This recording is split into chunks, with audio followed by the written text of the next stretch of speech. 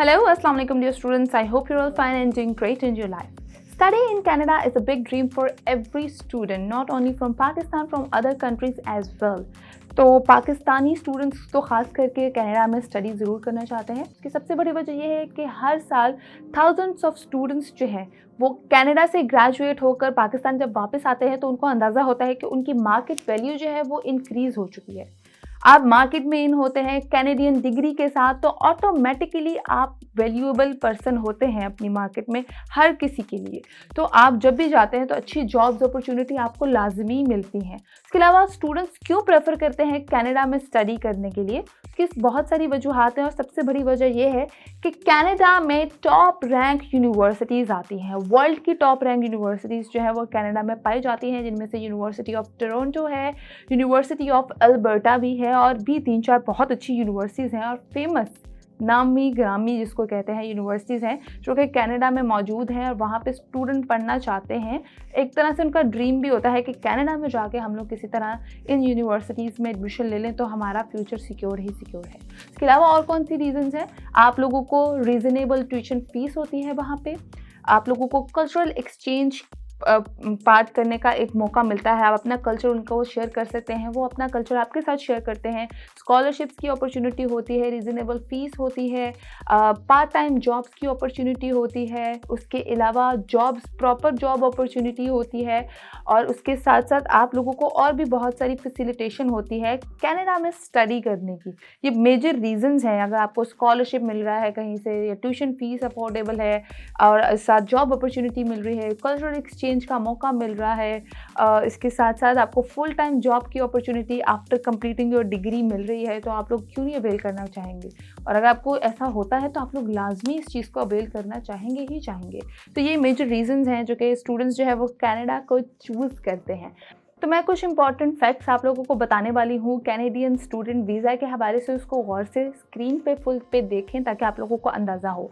तो fact number 1 यही है कि आप लोगों के प्रोसेसिंग टाइम का जो ड्यूरेशन है वो 9 वीक्स है। उसके अलावा आप लोगों का सक्सेस रेट जो होता है वीज़ा अप्लाई करने का वो 55% से 90% होता है। मतलब कि अगर आप लोगों ने PTE का जो इंग्लिश का टेस्ट दिया होता है उसके हिसाब से जो है आप लोगों की स्कोरिंग होती है और आपके चांसेस जो है वो 90% पॉजिटिव होते हैं अप्लाई करने के लिए। वीज़ा वैलिडिटी जो है वो आप लोगों की डिग्री प्रोग्राम की ड्यूरेशन के अकॉर्डिंग होती है। मतलब अगर आप लोगों ने MPhil के लिए अप्लाई करना है तो वो 2 ईयर्स का वीज़ा होगा और अगर आप लोगों ने PhD के लिए अप्लाई करना है तो जो भी उसकी ड्यूरेशन होगी उसकी वैलिडिटी के हिसाब से ही आप लोगों का वीज़ा जो है वो लगेगा। ना ज़्यादा टाइम का लगेगा ना कम टाइम का लगेगा, एग्जैक्ट टाइम का जो है वो लगेगा। एप्लीकेशन फ़ीस है आप लोगों की कैनेडियन डॉलर 150 रुपीज़ और बायोमेट्रिक फ़ीस है आप लोगों की कैनेडियन डॉलर 85 रुपीज़। ये तो है फैक्ट्स वीज़े के जो आप लोगों ने फॉलो करने हैं। वीज़े के लिए जब आपने अप्लाई करना है तो आप लोगों की रिक्वायरमेंट्स क्या है? सबसे पहली रिक्वायरमेंट ये है कि आप लोगों के पास आपका एक्सेप्टेंस लेटर होना चाहिए। जिस यूनिवर्सिटी से भी आप लोग स्टडी कर रहे हैं वहाँ से अपना एक्सेप्टेंस लेटर जो है वो बनवा लें। दूसरी आप लोगों की रिक्वायरमेंट ये है कि आप लोगों का मेडिकल सर्टिफिकेट जो है वो बना होना चाहिए। मेडिकल सर्टिफिकेट के बुनियाद पे ही आप लोगों का वीज़ा जो है वो लगा जाएगा। इससे प्रूफ होगा कि आप लोग मेडिकली और फिजिकली जो है वो फिट हैं। इसके अलावा आप लोगों को बैंक स्टेटमेंट चाहिए होती है। बैंक स्टेटमेंट चाहिए होती है जो कि आप लोगों ने लेनी है और उसके अलावा आप लोगों का वीज़ा जो है वो नहीं लग पाएगा, रिजेक्शन आप लोगों को फेस करनी पड़ जाती है। इसके साथ साथ आप लोगों ने इंग्लिश का टेस्ट जो है वो क्लियर करना है। इंग्लिश का टेस्ट आप लोगों ने, ये आप लोग स्क्रीन पे देख सकते हैं साइड पे, इंग्लिश का टेस्ट आप लोगों ने क्लियर करना है। ये आपके, अगर आप लोगों ने IELTS का कोर्स किया हुआ है उसके लिए कितने स्कोर्स आप लोगों को मिलते हैं, अगर आपने PTE का इंग्लिश टेस्ट किया हुआ है उसके लिए भी कितने स्कोर्स होते हैं और एक आधा और टेस्ट है जो आप लोगों ने लाजमी क्लियर करना है तो ही आप लोगों को जो है वो एडमिशन मिलेगा और इसके लिए आप अप्लाई कर सकते हैं। तो ये है। और उसके साथ साथ आप लोगों ने एप्लीकेशन फ़ी जो है वो जमा करवानी है और उसका प्रूफ आपके पास होना चाहिए। ये रिक्वायरमेंट है आपके वीज़े की। इसके साथ साथ मैं आप लोगों को बताऊं फर्दर कि आप लोगों ने अप्लाई कैसे करना है। प्रोसीजर टू अप्लाई क्या है, बहुत इंपॉर्टेंट है जानना, आप लोग गौर से सुनिएगा। कनाडा में अप्लाई करने के लिए सबसे पहले आप लोगों के पास एक्सेप्टेंस लेटर होना चाहिए, जो कि मैंने आप लोगों को बताया कि आप लोग अपने इंस्टीट्यूट से जहाँ से आप लोगों ने बैचलर किया है वहाँ से आप लोग जो है एक्सेप्टेंस लेटर निकलवा सकते हैं। बैंक स्टेटमेंट हो आपके पास। उसके साथ साथ आप लोगों ने जो है ऑनलाइन अप्लाई करना है। अगर आपको कोई कहता है ना कि फ़लानी एम्बेसी चले जाओ, वहाँ पर अप्लाई कर लो डायरेक्ट जाकर या वहाँ चले जाओ, ये चीज़ आपने नहीं सुननी। आप लोगों ने ऑनलाइन अप्लाई करना है हर हाल में। और अप्लाई कैसे करना है मैं आपको बताती हूँ। CIC वेबसाइट पर जाना है CIC के नाम से वेबसाइट होगी, जिसका मैं डिस्क्रिप्शन में लिंक मेंशन कर दूंगी ताकि आप लोग वहाँ पे क्लिक कर सकें और अप्लाई कर सकें। CIC वेबसाइट पे जाके आप लोगों ने माई CIC अकाउंट जो है वो क्रिएट करना है। जब आप लोग अकाउंट क्रिएट कर लेंगे तो वो आप लोगों से डॉक्यूमेंटेशन मांगेंगे, आप लोगों का CNIC हो गया, आप लोगों का रिजल्ट्स हो गए, मैट्रिक के हो गए, इंटरमीडिएट के हो गए, डोमिसाइल हो गया, जो भी रिक्वायरमेंट करेंगे, फ़ोटोज़ हो गई, आप लोगों ने वो तमाम डिटेल जो है वो अपलोड करनी है, इन करनी है, स्कैन करके डालनी है आपने, डायरेक्टली नहीं डालनी ताकि आपको बाद में कोई प्रॉब्लम फेस ना हो। तो आपने माई CIC अकाउंट बना के आप लोगों ने जो है वो उसमें प्रोसीजर में सारी चीज़ें अपलोड करनी है with scan things, all things should be scan. इसके अलावा आप लोगों ने फ़ीस जो है वो सबमिट करवानी है।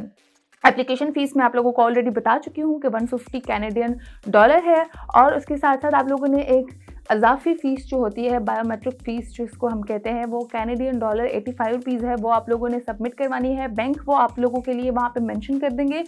आप लोगों ने वहाँ जाके सबमिट करवा के उस फॉर्म की भी, आपने जो भी फ़ीस सबमिट कराई है या फॉर्म है या ऑनलाइन आया है, उसको भी पिक्चर को आप लोगों ने माई CIC अकाउंट में जो है वो अपलोड करना है। ठीक है, अपलोड कर देंगे, फिर उसके बाद ही आप लोगों का प्रोसीजर होगा। Once you will create account on CIC website, तो फिर आप लोगों को अंदाज़ा हो जाएगा और बाद में फर्दर आसानी हो जाएगी। इसके साथ साथ ये प्रोसीजर जो है आप लोगों ने इस तरीके से फॉलो करना है, और अपनी फ़ीस भी जो है, फ़ीस की जो भी स्लिप्स हैं वो भी साथ ही अटैच करनी है। इसके साथ साथ last but not the least, दो बहुत इंपॉर्टेंट पॉइंट है। अगर आप लोगों ने इंग्लिश का टेस्ट दिया हुआ है, उसका प्रूफ और उसका जो भी आपका रिजल्ट है और जितने भी आपने स्कोर गेन किए हैं उसकी डिटेल भी आप लोगों ने मेंशन करनी है।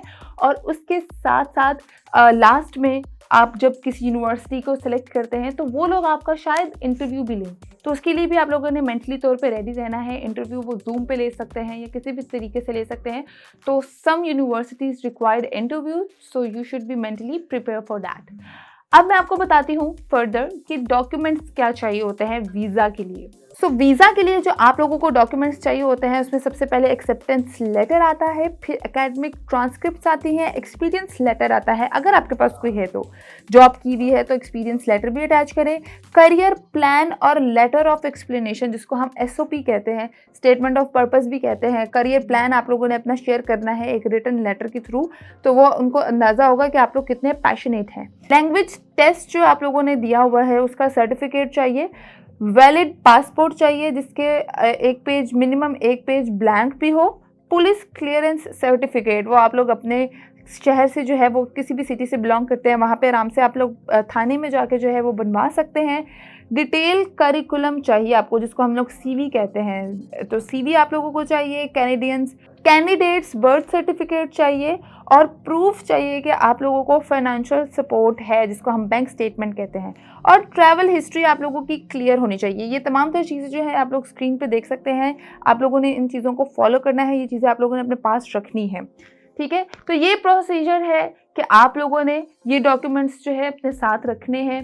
अब पासपोर्ट आपने एक ब्लैंक पेज का रखना है, और जितनी भी डिटेल मैंने आप लोगों को बताई है। अब लास्टली आपको बताना चाहूँगी, ये तो प्रोसीजर था वीज़े के लिए अप्लाई करने का था, और जब भी आप लोग वीज़े के लिए अप्लाई करें तो ये सारे पॉइंट्स जो है आप लोगों ने अपने जहन में रखने हैं। आई होप ये वीडियो आप लोगों के लिए यूजफुल और इन्फॉर्मेटिव साबित हुई हो। वीडियो पसंद आए तो लाइक शेयर और कमेंट जरूर कीजिएगा। मैं दोबारा आऊँगी। अल्लाह हाफिज़।